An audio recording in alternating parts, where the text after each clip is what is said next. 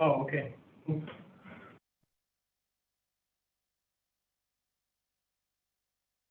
Good morning.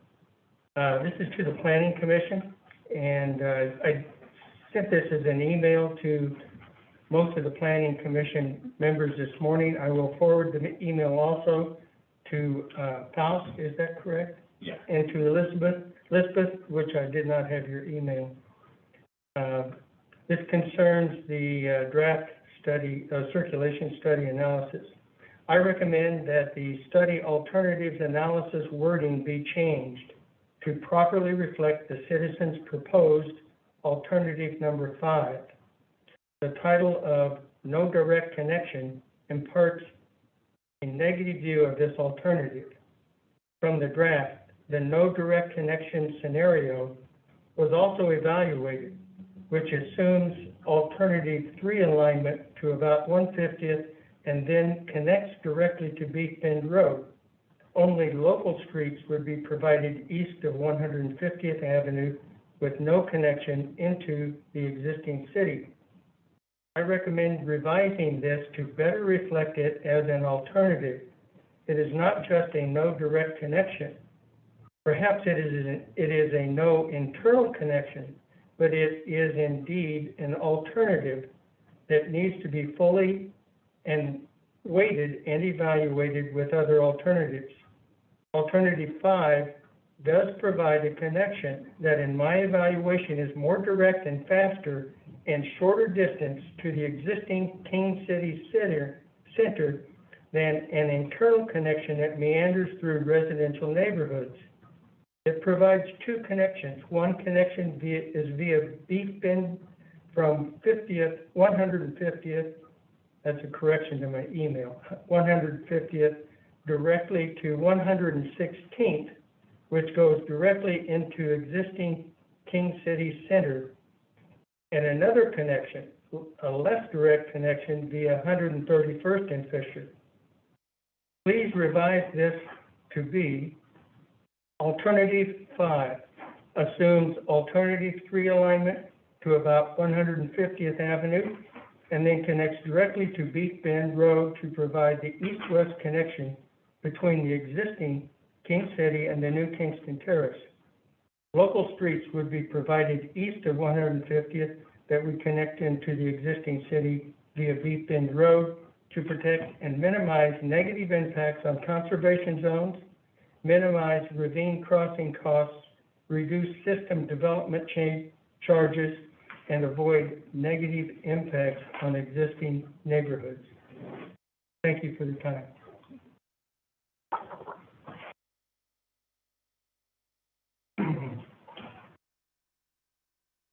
Thank you, Mr. Mitchell. Is there any other attendees at this time that would like to provide comment? Now is your opportunity. Please raise your virtual hand. Ronnie, you have Ms. Ritz.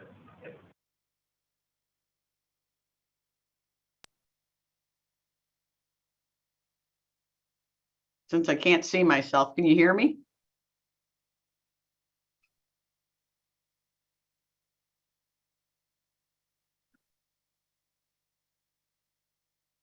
Go ahead, Kelly. Okay, you can hear me. Kelly Ritz. Yeah. You can hear me, Mike? Yes. Okay. Kelly Ritz with Venture Properties and Stonebridge Homes. We're currently working with some of the property owners out in the Kingston Terrace area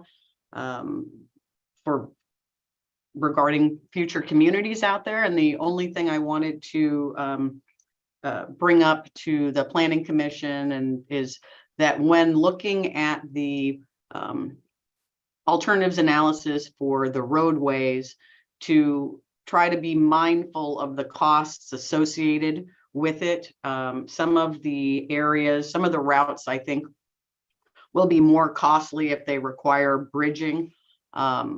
And so that's really was only comment I wanted to make was, I know that connectivity is very important, and we do need to make sure that we are able to have future residents and current residents be able to move through the city easily. but that the cost of these roads will be, and the crossings specifically, will be very expensive. So we would try to, I would just suggest minimizing them where possible. That's it. Thank you. Thank you, Ms. Ruth. Are there any other comments from attendees?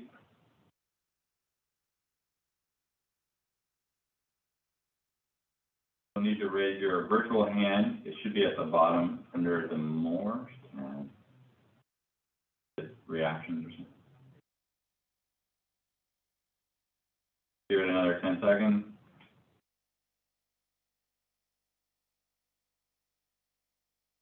Craig. Sir Andy.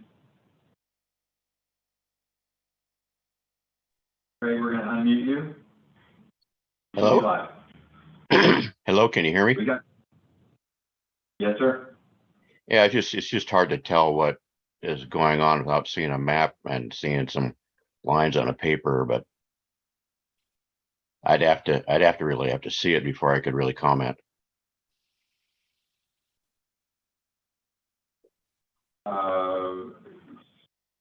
So I think what most folks are talking about is the east-west circulation. There's going to be a presentation here in a moment by Mr. Faust from 3J Consulting, which is going to go over the different sides. I'm going to see if I can't share my screen really quick.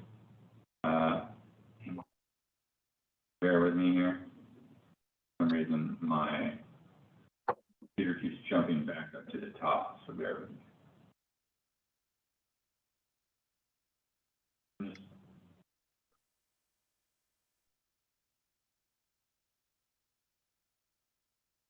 Good, Craig. I'm going to pull it up on the screen. You can kind of see the different alternatives. Yeah, I've seen the first four, but I don't know what we're talking about with number 5. I haven't seen that anywhere. So there's an alternative 5 that was proposed by a citizen group that was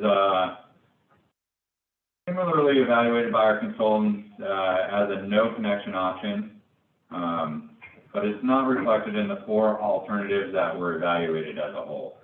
And I can let our consultants discuss that further, but you'll see on this version, the slide that's in front of you, the bubbles going across the Kingston Terrace area with the 4 alternatives going from Elsner to the Bonneville power lines and connecting into King City. And this basically uses the underlying street map that was developed through the concept plan to figure out which of these connection points should be considered like neighborhood route / collector. Most likely there will be multiple connections throughout this area, multiple roads to traverse. It's a question of the scale of these roads. Is it a 28-foot local road or a 36-foot neighborhood route / collector?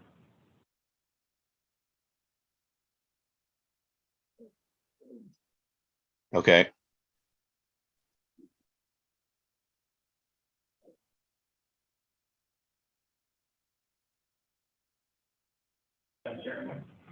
Yeah, I can. Are you good, Craig? Yeah, that's fine.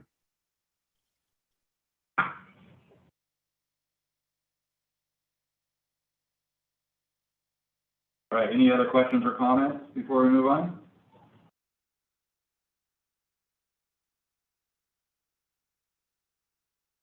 All right, seeing none. Commissioner Casanova, with your permission there, we can move on to the next agenda item, which is the presentation by Mr. Faust. Yes, let's go ahead and do that. All right, Mr. Faust, I'm going to hand it over to you. Good morning, planning commissioners, and thanks for some time on your agenda today to present the draft results of our alternatives analysis. I'll just mention for anyone who hasn't seen the information that we'll be presenting today, you can go to the project library on our project website at kingcitymasterplan.com and see all of the relevant materials that we'll be talking about today. So I will go ahead and share my screen. We have a brief presentation for you today. Again, my name is Steve Faust with 3J Consulting, leading the consultant team working on the master plan. Ann Sylvester of SCJ Alliance is also here if the need should arise to answer any questions. She's the transportation consultant on our team. Quick update on our project status. This graphic kind of zooms in on our recent and future activities, kind of cutting out some of the previous years of work that we've done. We had a round of community engagement in the spring, May and June, when we presented the proposed alternatives that we were going to take through the analysis and the evaluation factors we would use to evaluate them. Since that time, we conducted the evaluation, and by the red circle you see where we are today, we had our technical and stakeholder advisory committee meetings earlier this month. We had planned for a public meeting around this time, but we are postponing that. We had to postpone that due to injury of one of our team members, and we will be rescheduling that for sometime in September. I'll actually be talking to Mr. Weston about that tomorrow. Following that community meeting, and I believe we will also be presenting to City Council in September. Following those meetings, we'll be finalizing the alternatives analysis report, and we actually also just initiated drafting the master plan. So our team will be finalizing this alternatives analysis and drafting the master plan. We hope to have that draft master plan ready around the end of October and ready to conduct another round of community engagement in early November before Thanksgiving. We would then make any needed revisions to the master plan and move into the adoption process late fall, early winter. So regarding the study itself, here's a little flow chart of the process that we used. Ann Sylvester went through previous years, various iterations of possible routes through the Kingston Terrace area. Our team did an initial screening and eliminated any alternatives that didn't meet the objectives that were put forward. We then carried the viable alternatives, the 4 that you've seen, into the alternatives analysis. We also, as has been discussed today, evaluated a no direct connection alternative, and we have the draft results of this analysis, which we're sharing with you all and the public for comment. We'll then refine the report and identify a preferred alternative or alternatives to bring into the master plan document.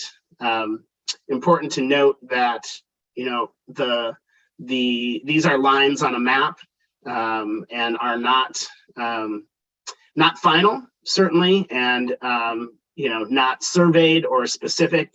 The exact route of any of these roads won't be determined until a future design and development phase. So we identified general corridors, but not the specific locations of these roads and routes. So our analysis was based on evaluation factors that I mentioned were reviewed by the SAC and TAC and the public in May and June. Was conducted by our consultant team in partnership with the city's engineer and folks from Clean Water Services, who all have familiarity with the study area. This is a planning level analysis for the most part using readily available information. In the report, the evaluation results are summarized with kind of short narratives in tables, as well as with the scoring system, that image you see on the screen. The results, as I mentioned, these are relative. They're not absolute, kind of in motion, but we're working to finalize the report with comments from you all in the public. There were 6 categories for the evaluation: land use and community design, active transportation mobility, vehicular transportation mobility, public utilities and services, natural resources, cost, and implementation. I should mention the presentation that we gave to our SAC and TAC committees, stakeholder and technical advisory committees, included a lot more detail and was a much lengthier presentation.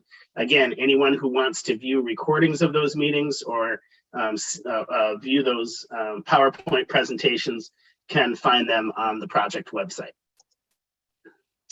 So we kind of started with this image, which you're probably familiar with. That was from the concept plan, this kind of proposal of a backbone transportation network to go through the area. We, overlaid, as Mike said, this entire street network was developed from the concept plan. And so we used, we have the street support, this proposed street system that supports the land uses. Again, this isn't final either, but was a starting point for identifying potential routes through the area. So we, going through the process I mentioned earlier, we landed on these 4 alternatives. Again, the exact alignments are not fixed, but they show a broader corridor of intention that would be refined through the master plan and then eventually through design and development. The no direct connection scenario was evaluated. It assumes alternative 3 alignment until about 150th Avenue and then connects directly north to Beef Bend Road. And then only local streets would be provided east of 150th Avenue with no direct connection other than Beef Bend Road to the north of the study area. Just a reminder, this also from the concept plan, a high level look at timing and phasing. The western portion of the area is expected to see development earlier than the central or eastern portions. It has larger parcels and less ownership fragmentation. So, these are general timelines, but you can see we anticipate, therefore, the whatever collector road is established to develop along with development. So you can see in this bottom left cell, actually similar to the no direct connection scenario. Early in development of this area, we might see a road that extends from Roy Rogers up to about 150th and then up to Beef Bend. The need for a road that connects the rest of the way to existing King City wouldn't happen or be needed until such a time as development takes place in this portion of the area as well. Okay, I'm going to walk quickly through our evaluation of the various factors and share our preliminary results. So for land use and community design, you can see there's a variety of factors here supporting planned land use patterns, existing and new neighborhood cohesion. I won't read through them all. You can give them a quick scan. And then I will go to the scoring. So for land use and community design, alternatives 2 and 3 scored the highest as they best support land use patterns established in the concept plan and are central to the study area with a direct easterly connection. Alternative 3 would also provide a connection further north. 2, 3, and 4 have the least impacts to disadvantaged populations, and they also best serve future recreation sites along the Tualatin River. All alternatives have some negative impacts to existing communities, except the no direct connection scenario would have a more limited impact unless not building an east-west connection, a full east-west connection would result in the need to widen Beef Bend Road from 3 lanes to 5 lanes, in which case there would be a significant impact. In this category, the no direct connection does not support the existing land use patterns or provide good access to those future recreation sites to the south. Active transportation mobility. Again, I'll let you kind of scan through the factors that we looked at here.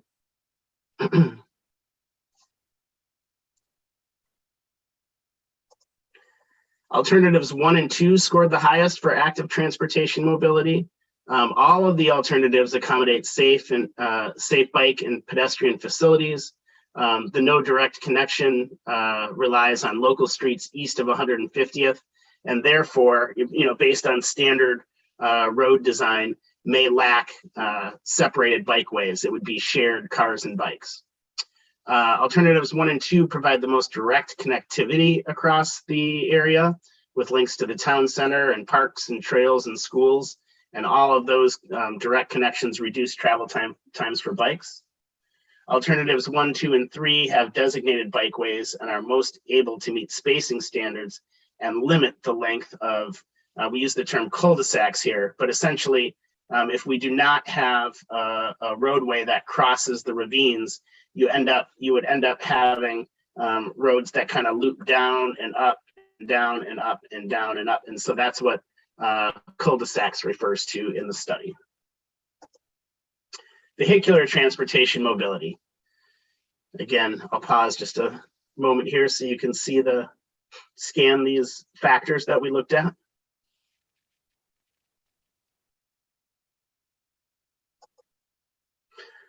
For this category, alternatives 2 and 3 score the highest. 1, 2, and 3 all provide connectivity and reduce out of direction travel. The no direct connection provides the poorest connections to the existing city, relying on Beef Bend and local streets built to lower standards. The no direct connection would see the highest traffic volumes on Beef Bend Road, which would approach the capacity of a 3-lane road. 2 and 3 are the best opportunity for a continuous connection through the study area for all travel modes, supporting future transit and again, limiting those long cul-de-sacs. Public utilities and services. Pause for a moment here.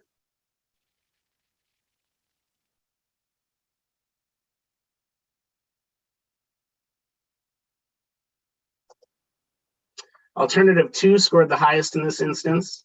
The central location of 1, 2, and 3 better accommodate emergency services, ability to get to areas, locations throughout the study area.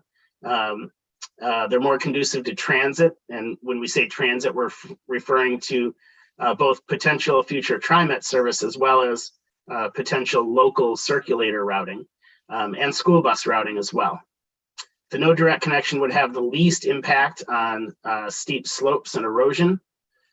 1, 2, and 3 provide opportunities for infrastructure co-location that alternative 4 and the no direct connection do not.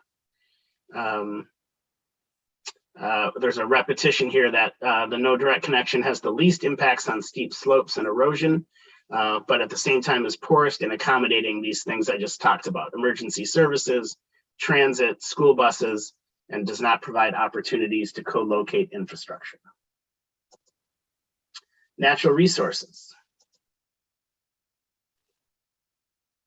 Quick scan of those factors. The no direct connection scenario scores highest in this category, as it will have little to no impact on wetlands, stream crossings, riparian areas, upland habitat, wildlife corridors, and the Bankston easement. Among the alternatives, 4 scores highest, as it is furthest away from some of the natural resources and ravine crossings related to those to the Tualatin River. 3 with that north alignment, and 4 are the only alternatives that do not cross through the Bankston easement. Cost and implementation. Looking at order of magnitude construction costs here for a variety of, and the ability to fund some of the needed improvements. Alternative 2 scores the highest due to lower long-term pump station operation costs and good opportunities to co-locate public utilities. Kind of like I mentioned with the cul-de-sacs, if there is not a roadway connection that can co-locate utilities, just like the roads that come down, water and sewer will need to come down and back up, and that would require pump stations. So 2 would not require that. 2 crosses ravines at wider points, so it is more expensive to build than the no direct connection, or 4 or 3 south. 2 and 3 are best for the co-location of infrastructure. Alternative 4 crosses ravines at its narrowest points, so it is the least expensive to build and has the lowest costs for habitat restoration, stormwater management, and erosion control. Alternative 4 in this analysis makes the best use of TDT and other public funding to build the roadways. However, 4 would be more expensive for sewer service because it would it is not as conducive to co-location, and there would need to be those pump stations. The no direct connection has similar strengths and weaknesses to alternative 4, and also may require the widening of Beef Bend Road. So summary results, we see that alternative 2, we don't have a summary category here. We didn't think that would be, I guess, factual or appropriate to just kind of total up the circles, but you can see in general that alternative, 2 scores the highest, followed by alternative 3. I have some summary notes here. So what are we going to do with this?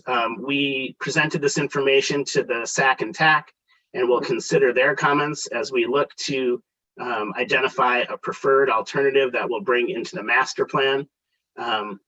Now that we've delayed our public meeting, I think we're going to be able to have that preferred alternative before the public meeting and be able to present that to the broader public.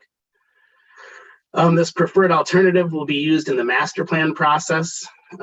This is, again, after we consider public comments, but it's not final. The preferred alternative may be adjusted as we develop the master plan due to emerging land use, environmental, or other factors.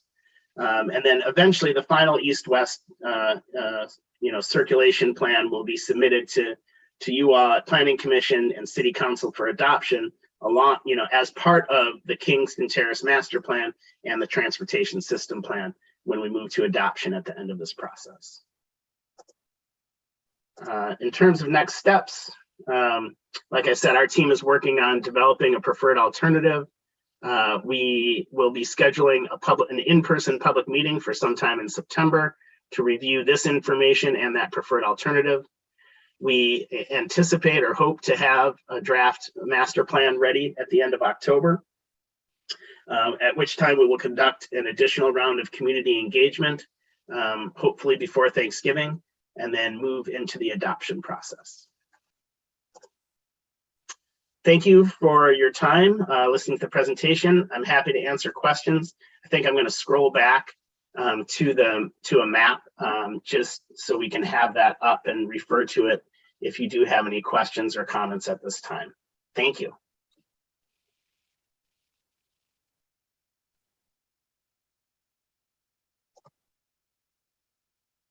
I can, Commissioner Meyer. Do you have control? We're okay to comment now, correct? That's correct, Commissioner. We're okay.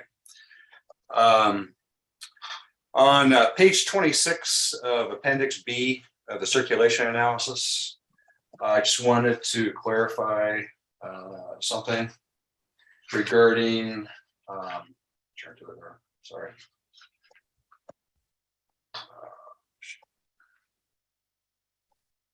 Regarding the Metro's Regional Transportation Functional Plan. It says minimum block spacing of 530 feet. I just want to know, is that maximum and not minimum? I think it should be maximum block spacing of 530 feet. Anne, are you able to chime in on this one? Yes, he's correct. It should be maximum. Okay, that's page 26 of Appendix B. Thank you. Just for clarification. Yep. this is a quick presentation for the planning commission. I would highly encourage those on the planning commission and others, like Steve said, to review the recordings of the SAC and TAC meetings, very informative. And I would also encourage everyone No, to wait a go minute. through No. What's that? No, I'm sorry. I found the text that you were reading now and I'm reading it and I answered probably prematurely. That is a minimum box spacing. But wouldn't the maximum, Maximum could be a mile, could be anything. This is Oh, you- minimum, so at oh, least you can- 530 feet. but so you can go over 530 feet on your block spacing? Well, what they're trying to do is establish 530 feet block spacing so that you create some sort of a system. And I believe this is the language that's used. I can double check the language, but I believe that I just simply took that from the functional plan. And the intent is that it be, this kind of spacing so that you have an opportunity for like a finer grain network where you can move pedestrians and bicyclists a lot more easily. There's a lot more connectivity. Typically, when we're looking at bicycle and pedestrian street infrastructure, an optimal street is one that has fairly small blocks with lots of connectivity, lots of route choice options. And I will double check the language on that, but that's the intent is what I just described. Yes, and I understand that. So you wouldn't want to block more than 530 feet, correct? I will check the language. Okay, because when you said a mile, that would be more than 530 feet. So, Absolutely. okay, right. So anyway, I would encourage those on the planning commission to review the 228 pages of the circulation analysis and anything else that comes your way. Earlier on in the presentations that I think that Steve had given, we were shown slides of a rural roadway with it's like just the 2 travel lanes with no curb, no sidewalks. And I think that was kind of presented as what would be typical of a roadway that may be in the eastern portion of the expansion area. From what I see now, Mike earlier talked about 28 feet versus 36-foot roadways.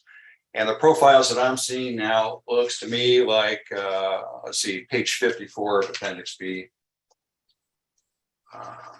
Pull that up real quick. Looks to me like the complete roadway profile could be 75 feet, including bike lanes and sidewalks, down to 55 feet, depending on the street type.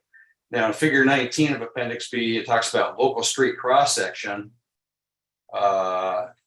But then in figure 18, it also says local street cross-section with the different widths, 55 versus 75 feet. So I guess what I'm trying to reconcile here is I think it was presented that River Lane, with a extension through there with alternatives 1, 2, or 3 would look rural in character, but it would seem that this would be the profile that would be expected from the power lines to Roy Rogers Road. I just want clarification on that.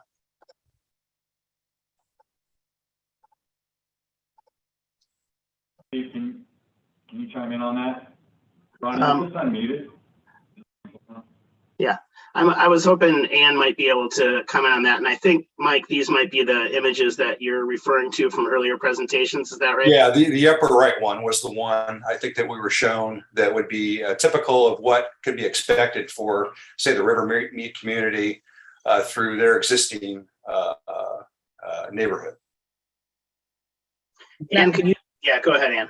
Okay, these were just visual representations, pictures that we had that we put in here, trying to illustrate the broad character and nature of those facilities. In conversations we've had with Metro and more consistent with the information that is in the TSP, that rural connection will have some sort of pedestrian facility, and whether that's sidewalks on both sides or whether that's some sort of a pathway or whatever it is, you would have a separated pedestrian facility, but not necessarily a separated bicycle facility.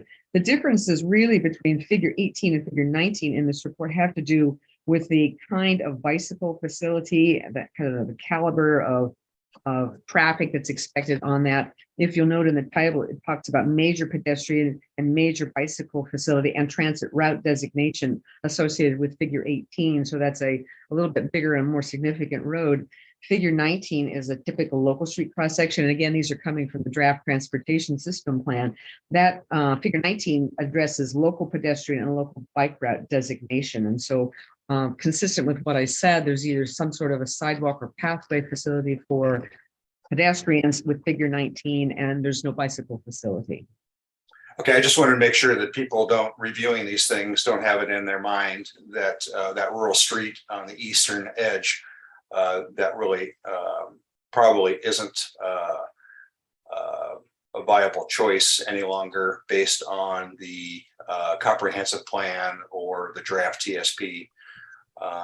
So anyway, I just want to clarify that everybody understands that this is the type of road, figure 18 or figure 19, that would be typical for an east-west connection. So just want to clarify that aspect of things. And then that leads me into, there was some discussion about existing Fisher Road between 131st and the power lines and how there are no bike lanes. And that the addition of bike lanes might actually remove parking. Could you address that part? Because I know that the active transportation assumes with 1, 2, and 3 that the active transportation would include bicycle lanes and how that would affect the current roadway structure.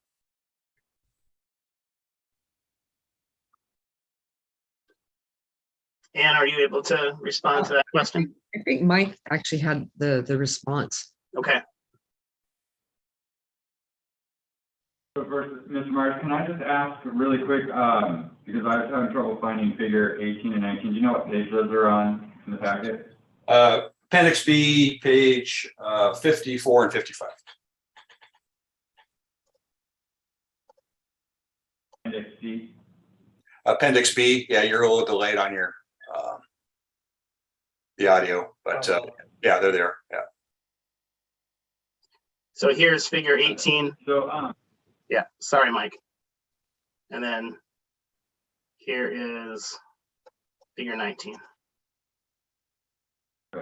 So my understanding was, and correct me if I'm wrong, when we evaluated that rural street type, sorry if I'm going back a little bit and then I'll work my way back forward here, but my understanding was when we analyzed that, we were looking at a 24-foot, like curb-to-curb, 2-lane road with a separated bike ped facility to the south side of that, if my memory is serving. I think that was the profile that we were talking about for that rural road, Commissioner Myers. I don't see that in either one of those cross sections that I just saw in figure 18 or 19. Yeah, I don't see that either. And there's been some discussion, or actually not really, well, discussion, I guess. People have brought up the desirability of separated active transportation from vehicular mobility. And the only thing that I see in the circulation analysis that would provide for that would be if the alternative one path was used for active transportation at, I believe the cost was around 9 million, if I remember correctly. And I'm just wondering, you know, I'm hoping that that's considered as part of this, is that we separate out active transportation from vehicular traffic, you know. So that's what I have to say about that. As far as the project schedule goes, and I can break this up if, you know, maybe we need to let other people talk about it. I've got these notes that I want to cover. On the project schedule, I brought this up before, and I'm hopeful that some modifications could be made to the project schedule. As far as it's fairly generic and kind of hard to follow in terms of, you know, all the particular things that are going to happen along the way. For example, if you could put on target dates like you're shooting for Thanksgiving or you're shooting for end of October, the revision work that is maybe going on behalf of the consultants, you know, in between these meetings, so that people know kind of what's happening in the process. When the preferred alternative may be coming from the consultants. The draft master plan you mentioned, maybe in October. If these targets can be put on there, I know, it's not hard and fast, and these things are gonna move. There's been a lot of movement in the schedule, of course, over the last few years. But if we can get a better understanding, not only for myself, because I get confused and I'm following this fairly closely, but from the public standpoint, so they don't get, all panicked or think this is the last opportunity for this or that. I think it might be very helpful so that the public knows what's happening when they have an opportunity to, offer their input and when these target dates are for the city and for the consultants. Do you want to take that, or do you want me to? Yeah, no, Commissioner Meyer, thank you for reiterating that comment. And we actually know a little bit more today than we did yesterday about our schedule. So I will go ahead and within the next few days to supplement the more kind of conceptual graphic timeline, post some more specifics and some, as you said, target dates. Always hesitant to put those dates up and then people count on them and then things shift, but I'll try to make it clear that they're target dates and get some more information as you suggest. So happy to do that. Okay, a couple more things and I'll be quiet. The 2021 draft TSP, to my knowledge, I think I emailed you, Steve, yesterday about that. The 2021 draft TSP, there's many references, lots of references throughout the circulation analysis regarding, this information has come from the draft TSP, but to my knowledge, it hasn't been presented yet, and it's not on the project library. And maybe that's something that Mike can answer, because I think you CC'd Mike and Keith on that. Yeah, I can take a stab at this. My understanding is as soon as we have a preferred alternative, which should be within the next month or so, I think Keith and I are going to try to integrate that into the transportation system plan. So then we should have a draft transportation system plan coming forward at around the same time that you have a draft master plan coming forward. So hopefully you would have both documents coming forward around the same time. And looking in my magic crystal ball and projecting forward, I think we have another round of stack and tack, Steve, in like October, November, maybe. November. And then we have a draft that would go to the planning commission after that. So, timeline's pretty fluid, but we're still looking at another round of public engagement with stack and tack, and then final drafts, which would then get combined with the transportation system plan and move forward to the planning commission. And if that stack and tack round is in November, then I'm saying, planning commission, January? No, that's later than I initially said. I think I originally thought it would be planning commission in November, but I think given that we have another round of stack and tack, and give us at least 30 days afterwards for any revisions after that, before it goes to the planning commission, and then you have public notice and everything that would have to go out for that. So that would push you into January easy, Mike. Yeah, one of my concerns is that we don't get inundated with a whole bunch of information, at the very end that we got to digest. And I'm just kind of curious, since the draft TSP was dated December 21, can you kind of explain why it is that we don't have it 8 months later, even though it's dated for 21? What happened to the draft TSP that it wasn't able to be published back then? We don't have the preferred alternative yet. So that's what we're waiting for, is get the preferred alternative, then move those evaluation criteria into the transportation system plan so that they can coordinate together essentially, and then it's one fluid document.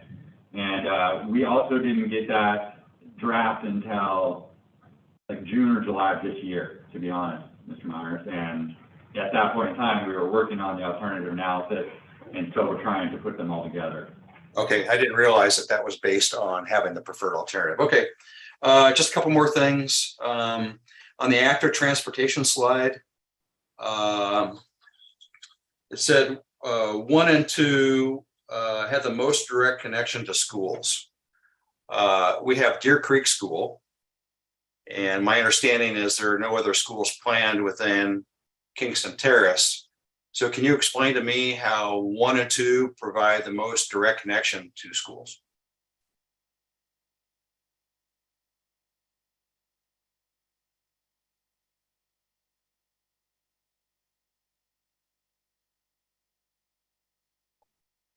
Thanks for that comment, Mike. I'm going to have to look back at the report. It's possible that schools was added in there when it should have been limited to links to the town center, parks and trails, and not schools. I think you're right about that.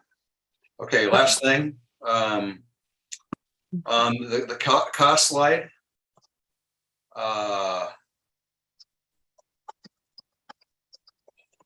Let's see, regarding number 4, expense for sewer service.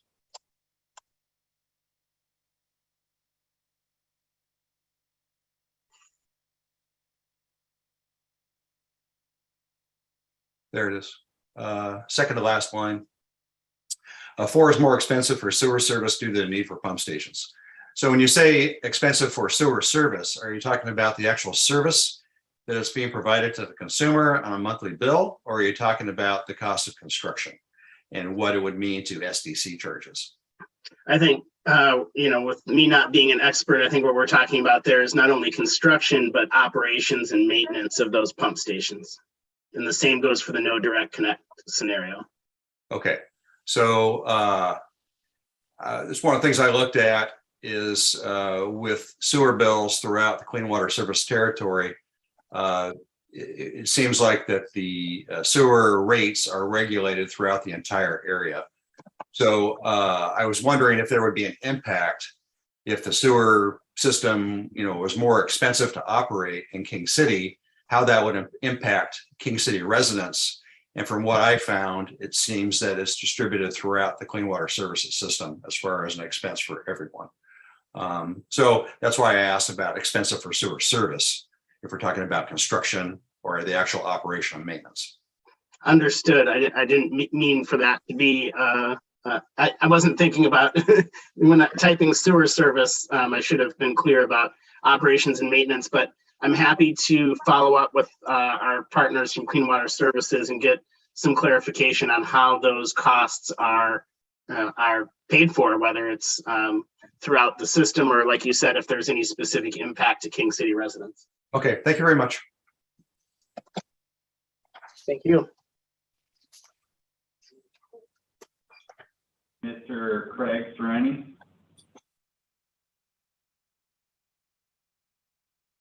Can you unshare your screen so I can get to the chat? Has his hand up. You can unmute him, right? I'm surprised they're letting him. Yeah, I was just wondering who's gonna pay for the streets and how the collection happens to pay for it. Is this gonna be a construction project done by King City? No, I can answer your question, Mr. Serrani. So the project itself is usually paid for by developers who develop that area or through a series of system development charges that are collected at the construction of single-family dwellings, multifamily dwellings, commercial, and commercial, retail, industrial. They pay a fee on the development side that pays for those improvements. So right now, what we try to do is figure out how much it's going to cost so that we can incorporate those expenses up front so that those costs are paid by development for development. So everyone along the line would, I mean, there's no reason for someone to develop a street with no other access on either side. So like every landowner from Roy Rogers would have to decide And we're gonna put in every developer would have to decide we're gonna put in a street and work in unison, right? That's why we have the plan, is it basically creates a system where the developers have to work together, where they have to sub those streets out, or they have to pay the system development charge for the development of those roads from property line to property line. So when the developer comes in, they'll come in with a plat, and those plats have to get from A to B, and we have that developer set aside that right of way for that road and develop that road, and then they deed that over to the city, or they pay the system development charges, so that the city can then hire a contractor to go do that. So, so the city does do the construction then? Typically, no. It's usually cheaper for the developer to do all the work themselves and then just deed it over, and then accept the FCC credits at the end of the day. Okay. But the bottom line is all the landowners have to agree to do it. So if there's landowners aren't interested, no street gets built, right? Is that what I'm hearing? Well, so that's why the plan is there. So the plan is there, so that when the developer requests to annex into the city and comes up with a development plan, the city has a zone or master plan in place that can say, look, if you want to develop your property, we need a development agreement that's going to essentially require the developer or the landowner to put those infrastructure components in place prior to development. Okay. Does that make sense? Yeah. So, yeah, I'll have to think about it. Thanks.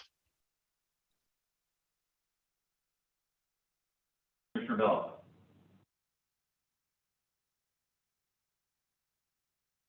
Muted though. Thank you. I'm having a hard time hearing and seeing. Okay, number 3, alternative 3 is probably one of the most controversial because it connects Fisher Road across the electrical lines. I do want to remind everybody on both sides of the electrical lines that connectivity is not only important in terms of traffic, but it's also important in terms of any kind of emergency vehicles.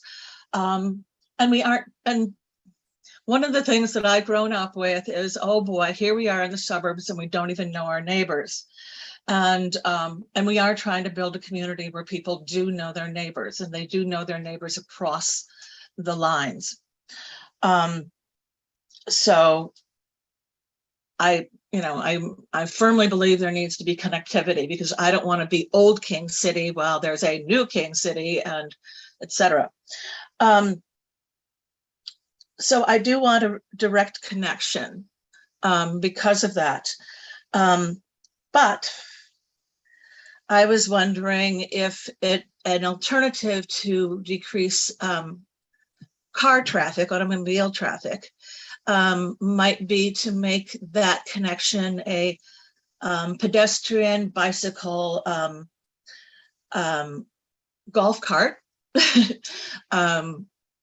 vehicles only sort of connection. I'm just throwing that out there. I also want it because it's at the bottom of the hill. I'm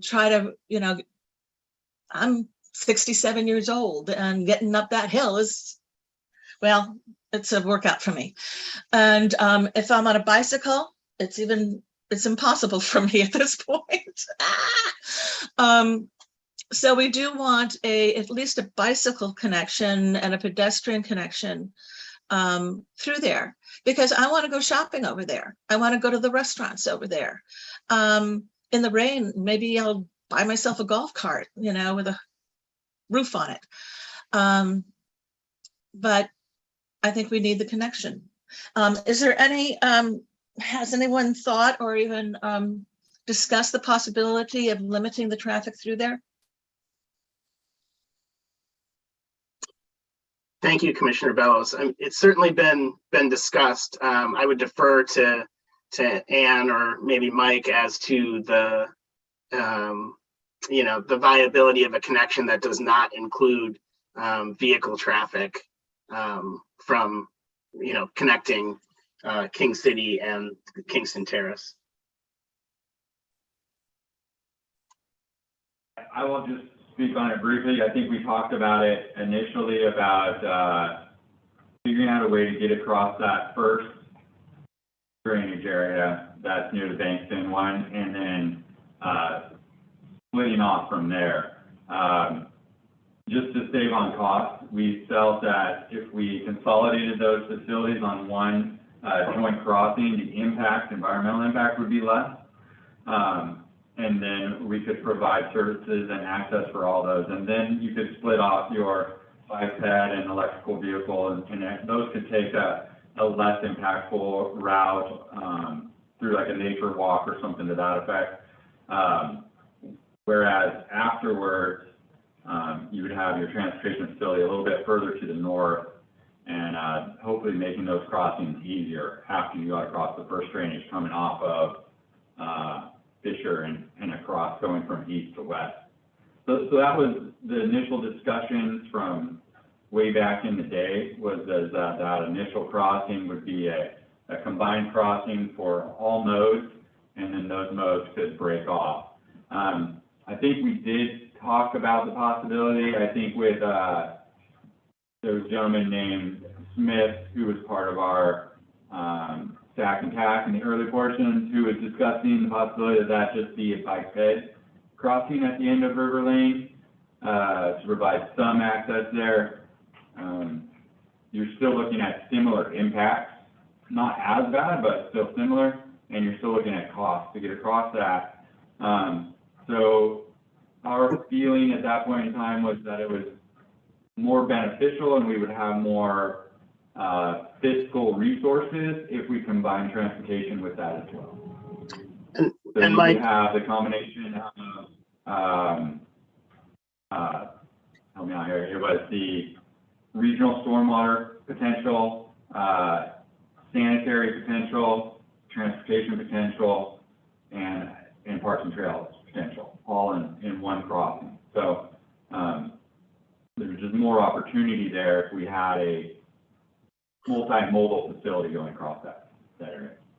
And Mike, I don't know if Ann wants to chime in on this, but I think there's also just concern about if we don't have a vehicular connection, what that means for impacts on Beef Bend Road. If traffic still needs to go all the way up to Beef Bend Road to get around that corridor, and whether that will result in the need for expanding Beef Bend Road beyond 3 lanes. Ann, anything to add? Yeah, what we were seeing was a higher level of traffic, in some cases, a significantly higher level of traffic. When we looked at that no direct connection scenario that did not have any kind of, collector connection to the existing city east of 150th, and traffic got routed up onto Beef Bend Road. The area, particularly between 131st and 137th, would have sufficient traffic that it would be very difficult for anybody to get out of the driveways or roads on the north side. It would be probably a safety hazard. We are literally at and probably pushing beyond the capacity of the road at that point. When we do have the alternative routing connection with Fisher or with maybe active transportation connections at Capulet or other locations, that helps to sort of balance the demand, the need a little bit more between the two facilities and reduce the need for widening. When we looked at what the effects of widening of Beef Bend Road would be, we did an overlay of a 5-lane cross section down the road, and there are like all kinds of houses and apartments and the parking areas for apartments and other development that would have to be basically demolished and relocated. So the impact on Beef Bend Road, widening it, is very significant. And ultimately, this is a Washington County facility, and I know they've been involved in and there's been discussions with them about the need for the widening and their preferences and so on and so forth. But that's the primary concern, is that the traffic is really high on Beef Bend Road with the existing cross section.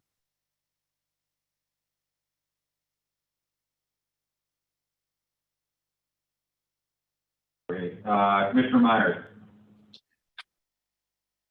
Yeah, and do you have daily traffic totals for current Beef Bend Road versus, say, other 3-lane roads in the area that act as arterial, say like Durham Road, or maybe McDonald, which is a 2-lane road that seem to be fairly busy connectors in the area. Maybe even Tualatin Sherwood Road, where it's 2 lanes, just as a comparison to what Beef Bend is today and what the projections are for 2040.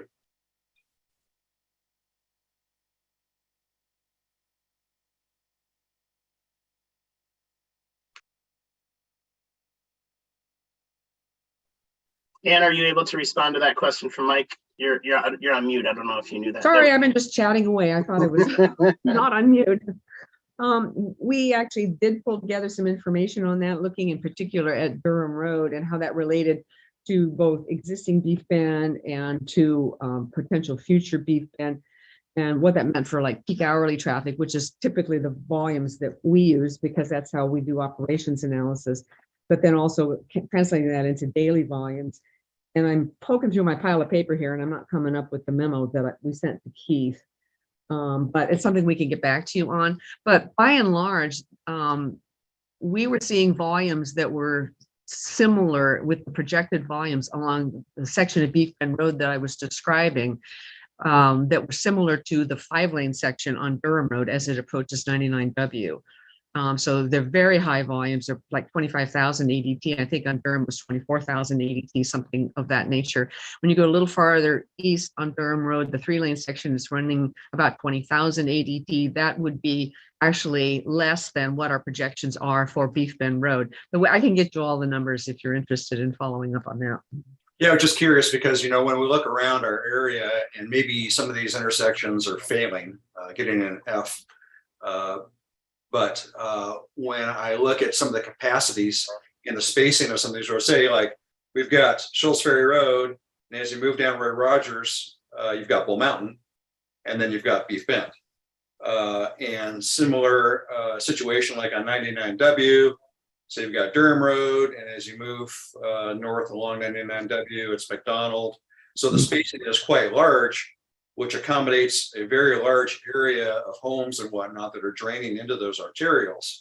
So I'm just wondering, just, you know, from a overall perspective, when we look at Beef Bend Road, the need for a collector that is just, you know, 400, 500, 600 feet to the south of that arterial, when I see kind of the grid work around our area and how that compares.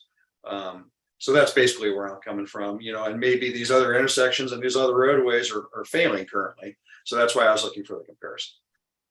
Right. And I think that, you know, when we start to talk about the separation from Beef Bend Road and alternative 4, say, versus alternatives 2 or 3, the greater the separation, the more overall circulation benefit that you have to the system, this point that I think you're alluding to. So when you do have only maybe 600 feet of separation, like along alternative 4 versus more like a quarter-mile separation for some of the other alternatives, you're going to see more traffic on Beef Bend Road with alternative 4 than you would see with alternatives 3 or 2. So 3 and 2 actually are they do a better job at balancing the traffic demand between the new part of Kingston Terrace and the old part of Kingston Terrace versus that regional traffic, which is carried up on Beef Bend Road or intended to be carried on Beef Bend Road.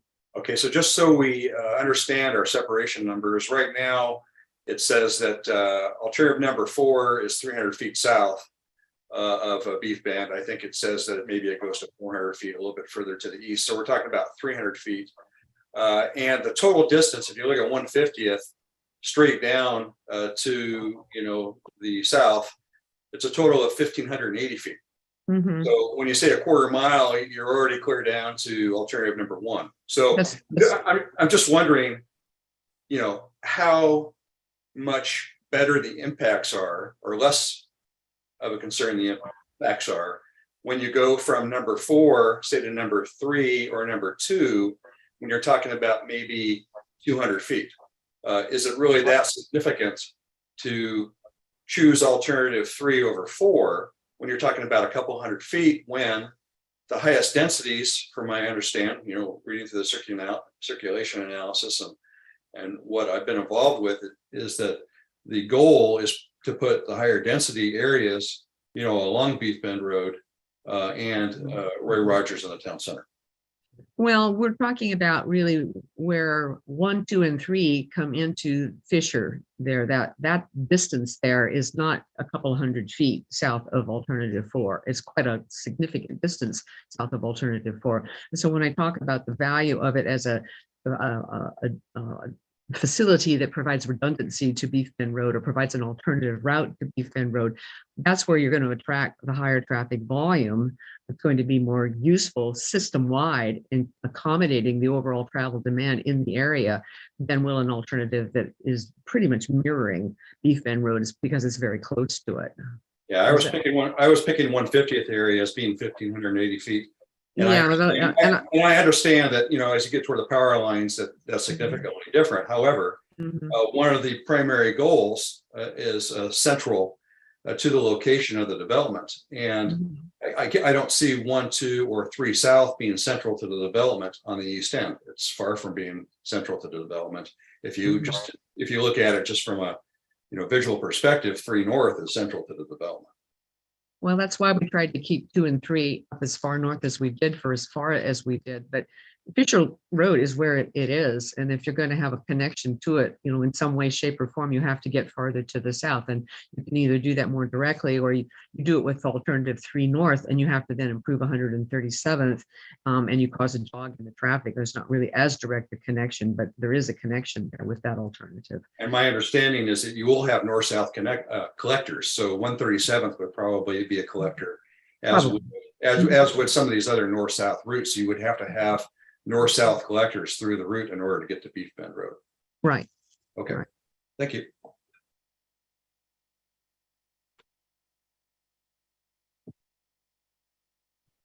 Okay, Commissioner Casanova. Yes, thank you, Mike. Steve, I asked this at the SAC meeting the other day, and this is more coming back to like really the evaluation of this, and I wanted to have a deeper understanding of the granularity of how that evaluation was done. So when we look at this thing, we have like the 6 factors, the impact categories.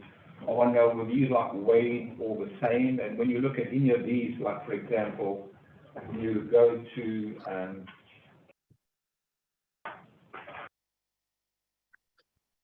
let's say the active sort of transportation mobility factor or the vehicle one, all those factors which are considered, they're all like sort of weighed the same. So again, I would like to see some sort of a spreadsheet that shows all the folks that sort of contributed to this evaluation. So we come up with this because sort of Frank, when you have these sort of spherical illustrative things, it's a very kind of relative scale, and you can really tend to paint that any way you really want to go. So my second part of this question is, when we come to this preferred alternative and you've made the initial assumptions, what is the process to evaluate the assumptions in the validating process of that? Could you explain that to me? So I'll start and I'll hand it to Steve.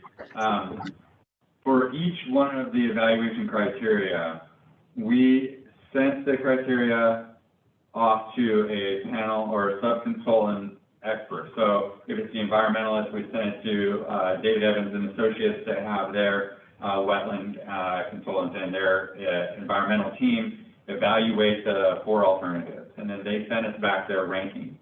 When it came to like land use, we sent it to our land use planning consultants to evaluate based on their access to and circulation for land use goals, policies, and criteria, and they sent back their evaluation and we plugged it in. And so in the transportation piece, we sent it to Ann Sylvester FCJ to evaluate those modeling data and send it back for their best routes. So in each component, in each one, there is a series of sub-consultants and primary consultants that evaluated that criteria and sent us their evaluation criteria of the top 4 on which was the best, next, and on down. And so we compiled those. We initially started with numerical evaluations, but based on input that we received in the very first SAC meetings that we held, they didn't want those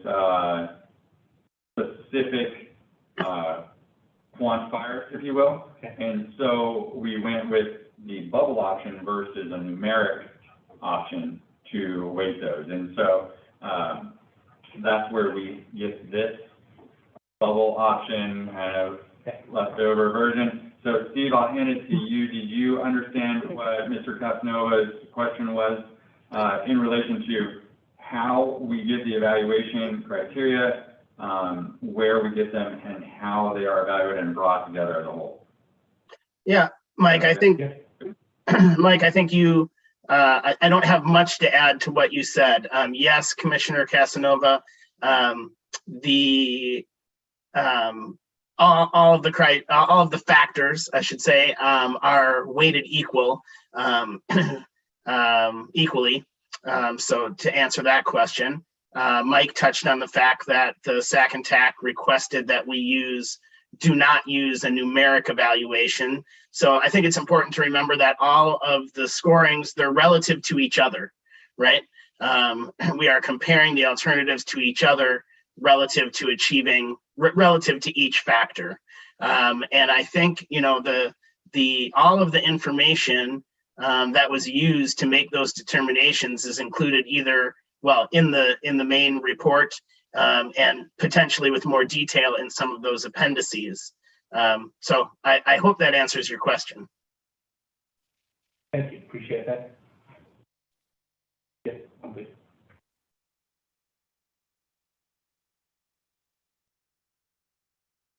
Any other questions or concerns?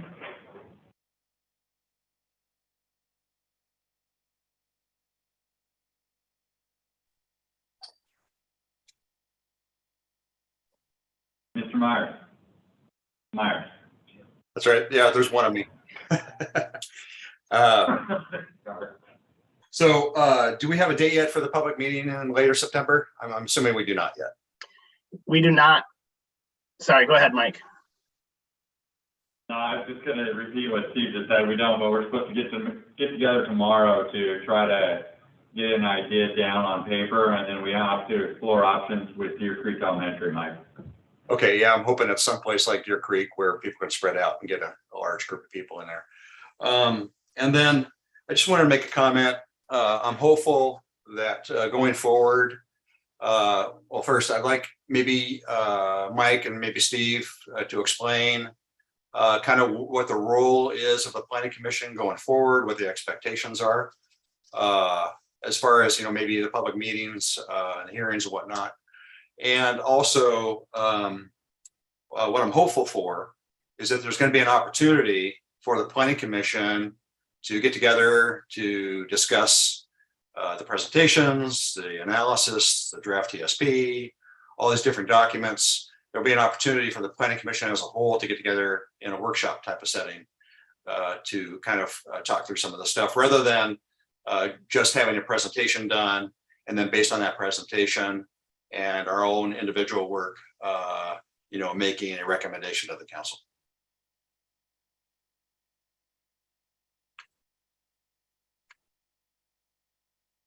I'll take a stab. The process is a little different, I think. First, I'll start off with the role of the Planning Commission. So the role of the Planning Commission is to review the plans,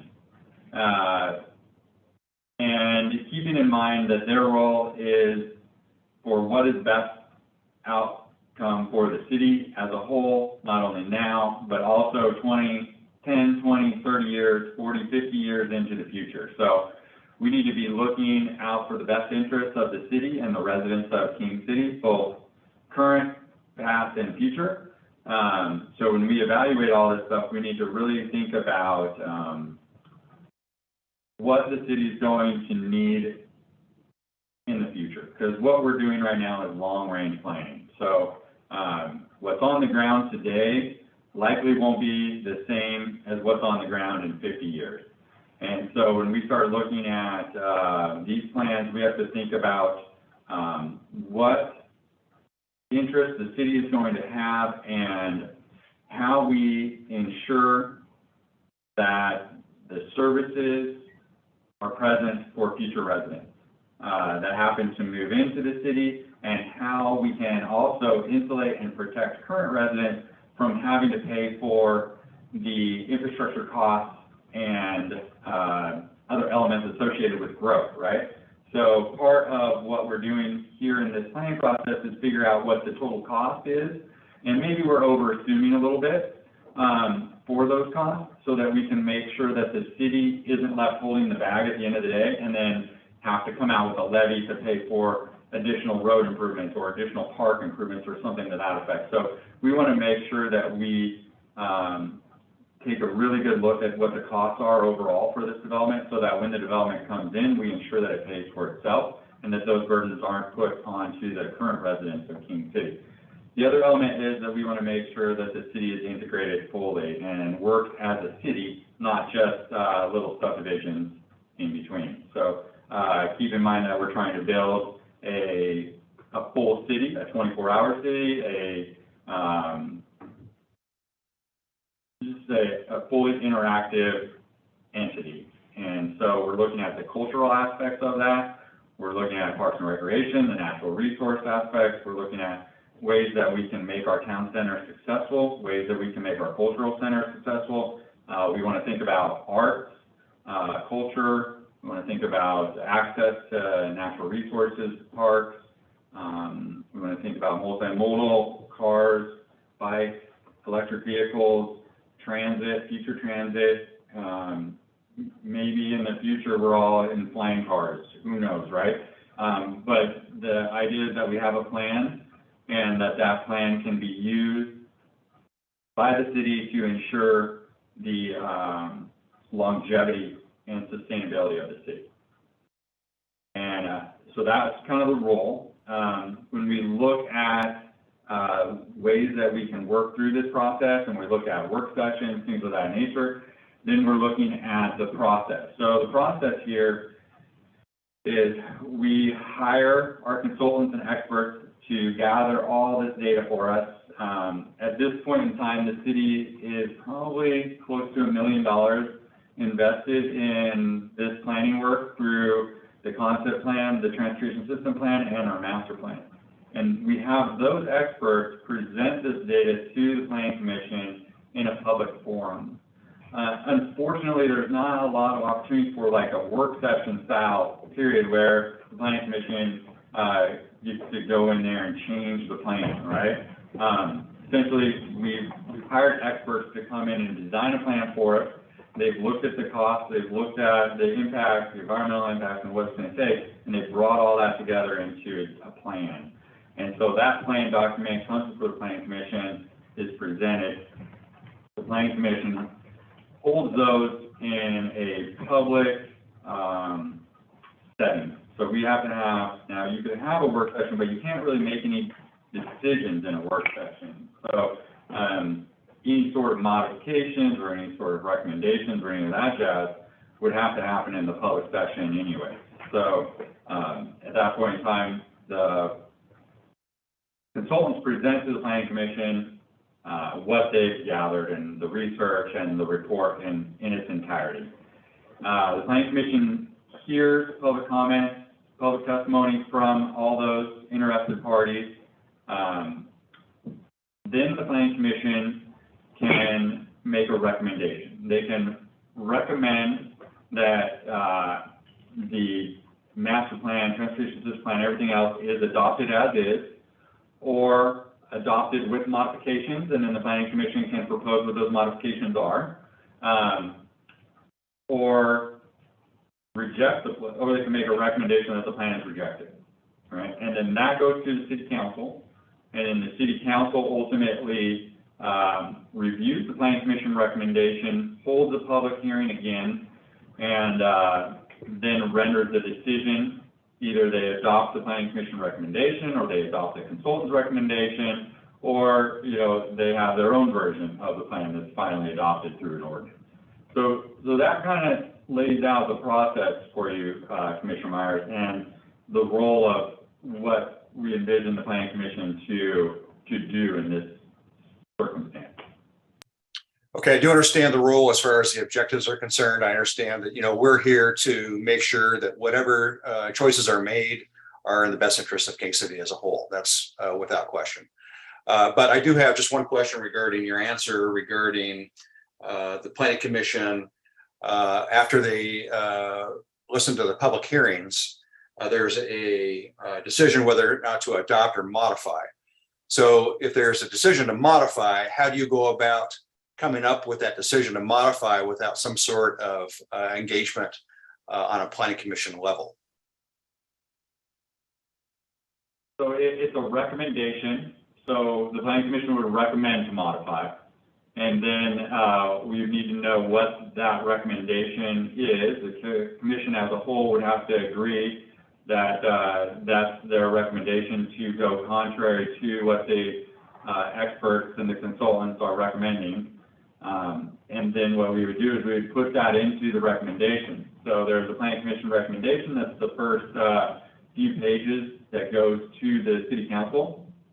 And in that recommendation would be the Planning Commission, if they vary from the consultants and experts on what their recommendation would be. So they could say, we vary from the consultants and experts on this particular item, and we would prefer to go with, the no direct, and so then we would try to provide some sort of justification for that, and we would need to know from the Planning Commission what that justification is to vary from the, the people that have done all the research and put in the time and effort, so.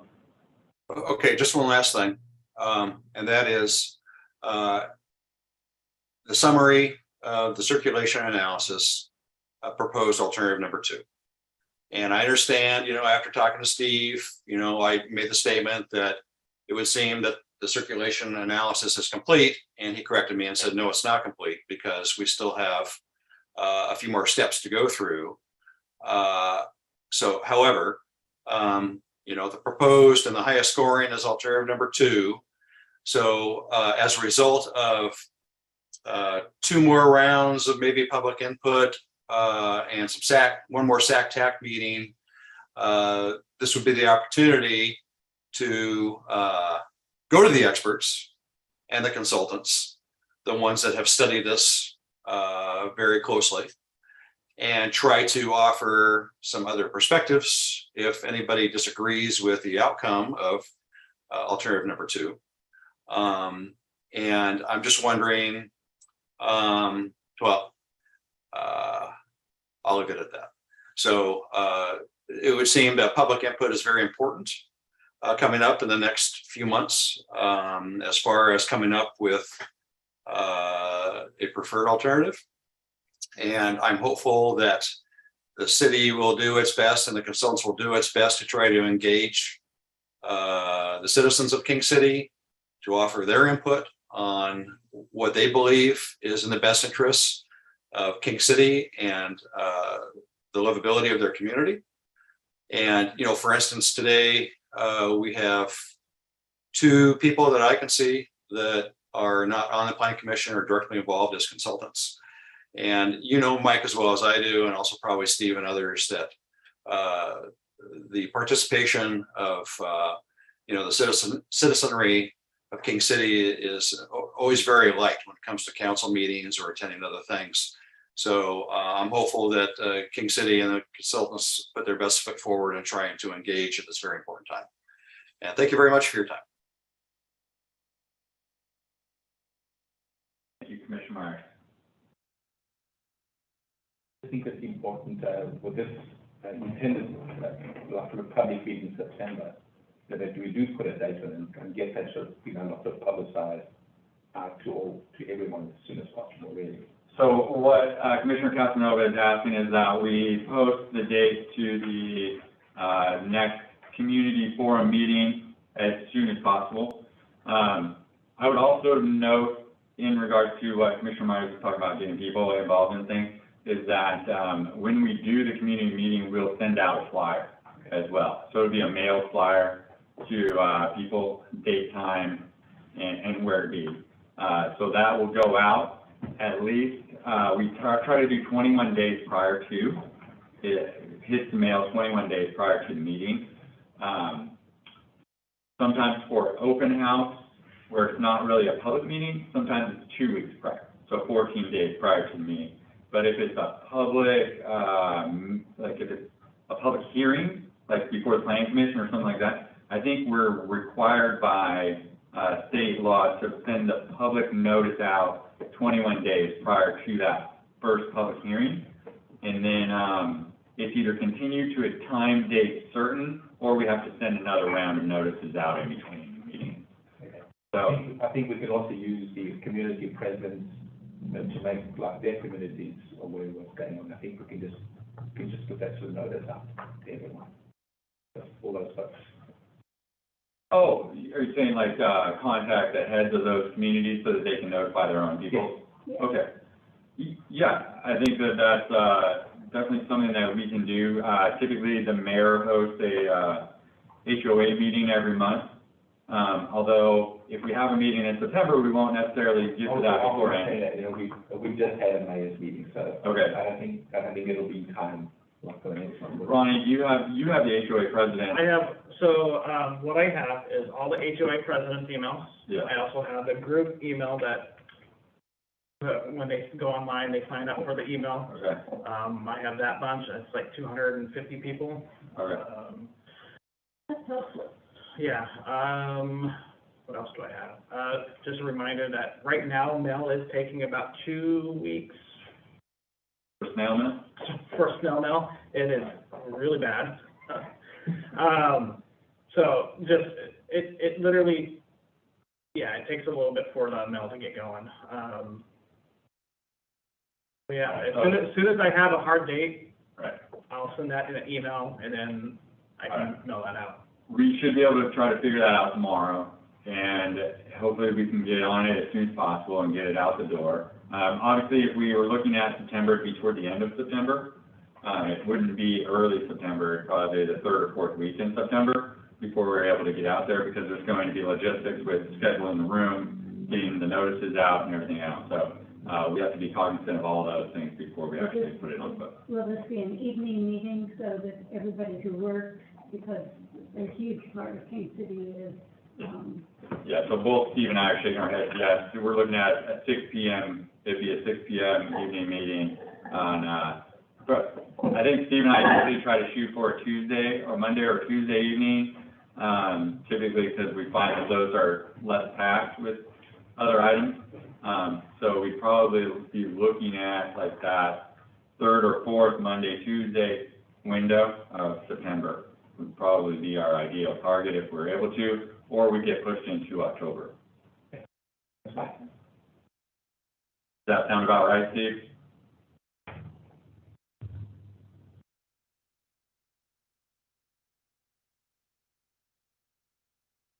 All right, hearing and seeing no more hands or questions at this point in time, I think it's safe to move on in the agenda to our next item. That report, we've already done that, basically. Yeah.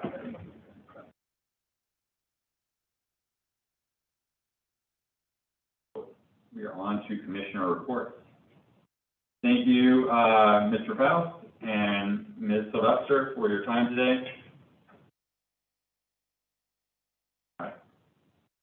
Commissioner Tyso. yes, I have no report, because All right. I was totally unaware that I was going to be responsible, and I was obviously extremely late. I did not check my King City email, which is probably where the notice was. So we haven't really had a commission meeting since April 27th, to be exact. Yes. And so, I'm hoping that this is the beginning of moving forward now so that we can actually incorporate, how do I want to say, some of the, suggestions and guidance from the experts into our language so that we can have a better understanding. And it sounds like we are going to move forward to another, public meeting towards the end of September, and once that happens, I think then we should be able to have an agenda for what the planning commission is.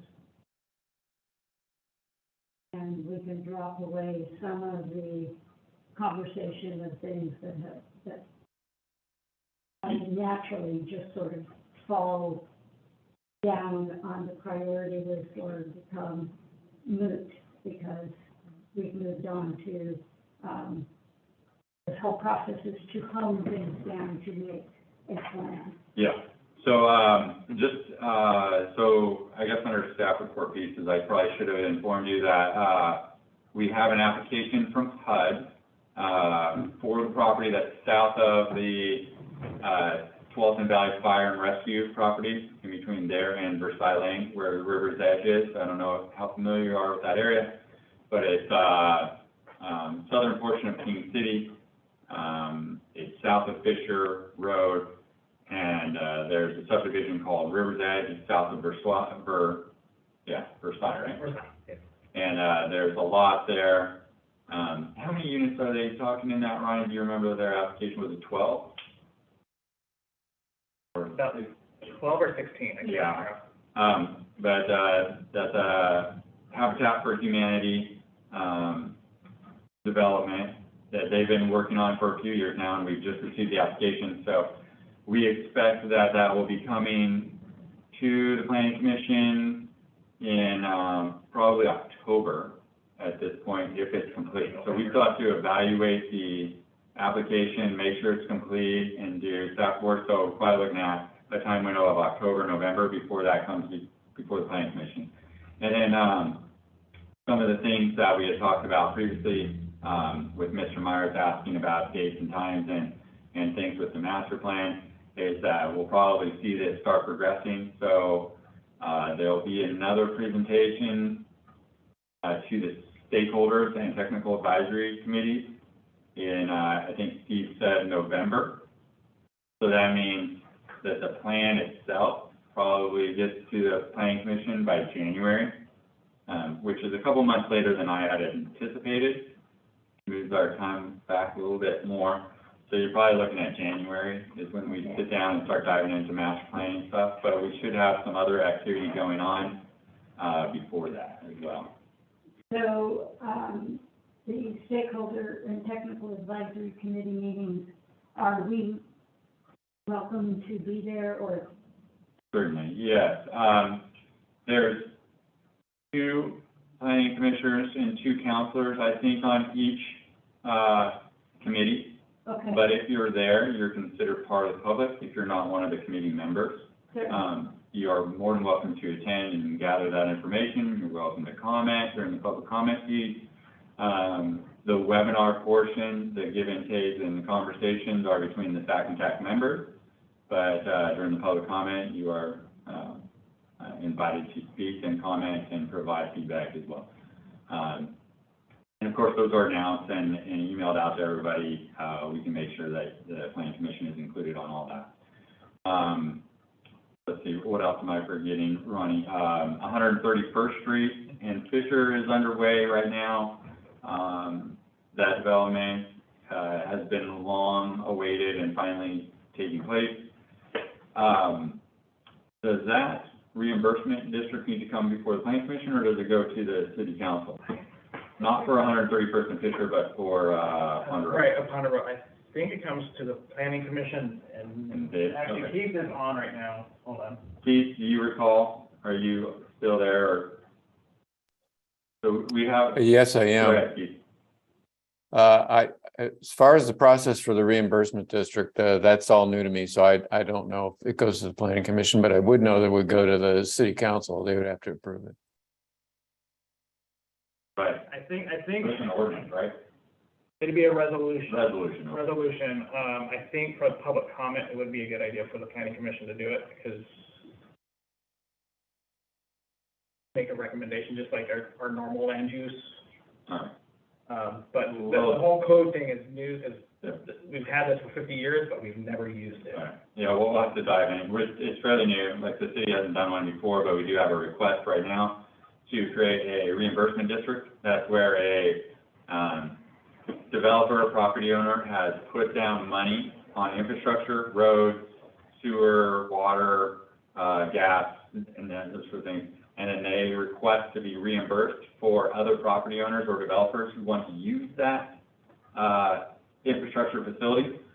So in this situation on Ponderosa Pines, south of Fisher, off of 131st Street and Bedford, this Bedford, Castle Oak South area, north of Castle Oak South, we have a property owner developer who is doing a 12 lot subdivision, and they put in Southwest Cedar Terrace, and they're putting in the road, access road that will serve their area as well as all the infrastructure.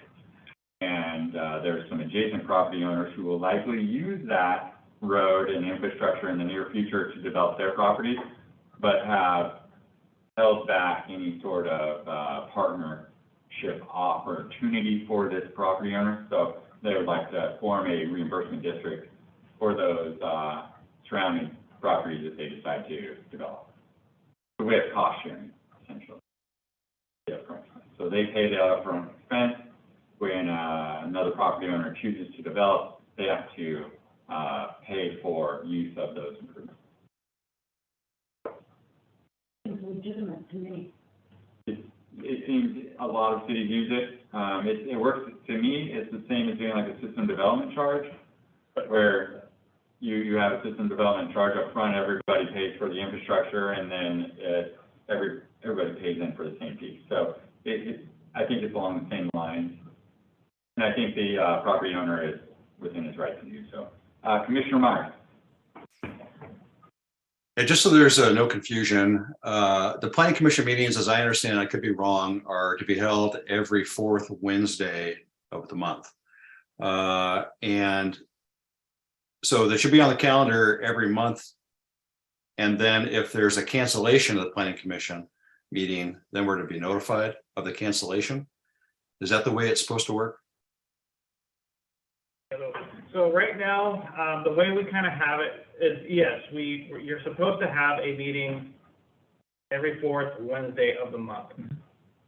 But instead of having to notify everyone every single month that the meeting's canceled, because we don't have anything for the planning commission, we don't send out a notification saying that there's going to be one and then there's going to be a cancellation of it. So Is that contrary? It's very fun. I was wondering if that was, I was wondering if that was contrary to the. Yeah. I'm sorry, I can't hear you. I think he's asking if it's contrary to the municipal code. No, it's not. So the idea here is to save on public notice pieces. We only hold the planning commission when we have items to present. Right. Okay, very good, thank you.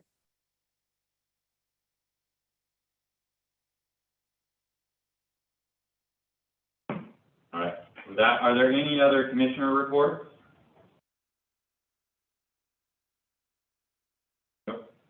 We would like to welcome Commissioner Gaudier, this is her first meeting.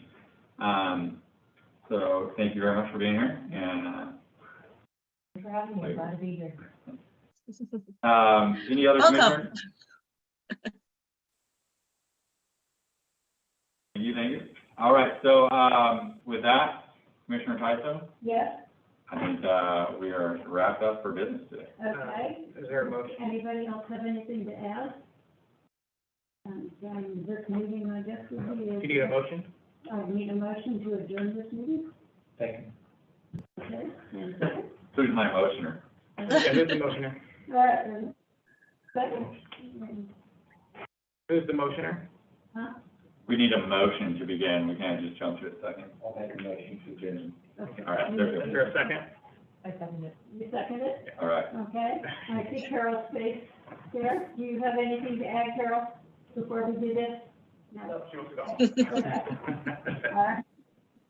11:22. 11:22. Thank you, everybody, for being on today. Thank you.